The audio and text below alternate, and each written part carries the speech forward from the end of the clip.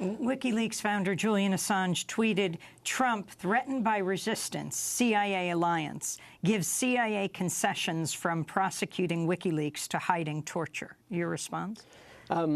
Well, I don't think, Trump needed to make concessions. His statements about torture seem, sort of crazy when we think back to the bipartisan consensus against it at earlier times.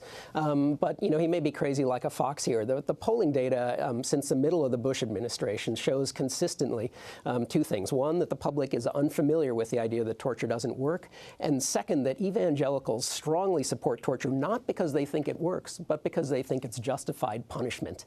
And there, when you understand that, you understand the kind of evil genius of Trump's campaign statement that, sure, it works, and even if it doesn't work, they deserved it anyway. Very quickly, Shana, before we go, you've been talking about the origins of ISIS.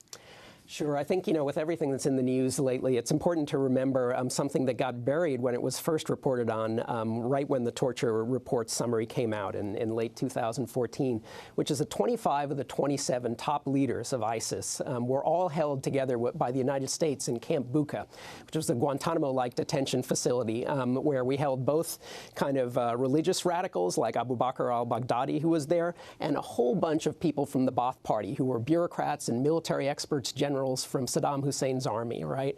And, the crazy kind of mix that we have with ISIS of religious millenarians and people with actual expertise in running battlefield campaigns, which you usually don't see because good generals usually don't think the rapture is coming tomorrow.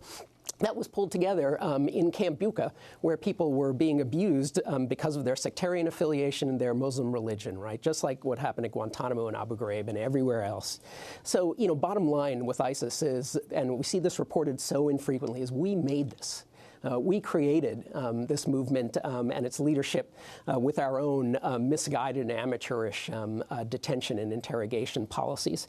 And by keeping Guantanamo open, by speaking approvingly of torture, President Trump is doing nothing more than running a long-standing kind of commercial for ISIS.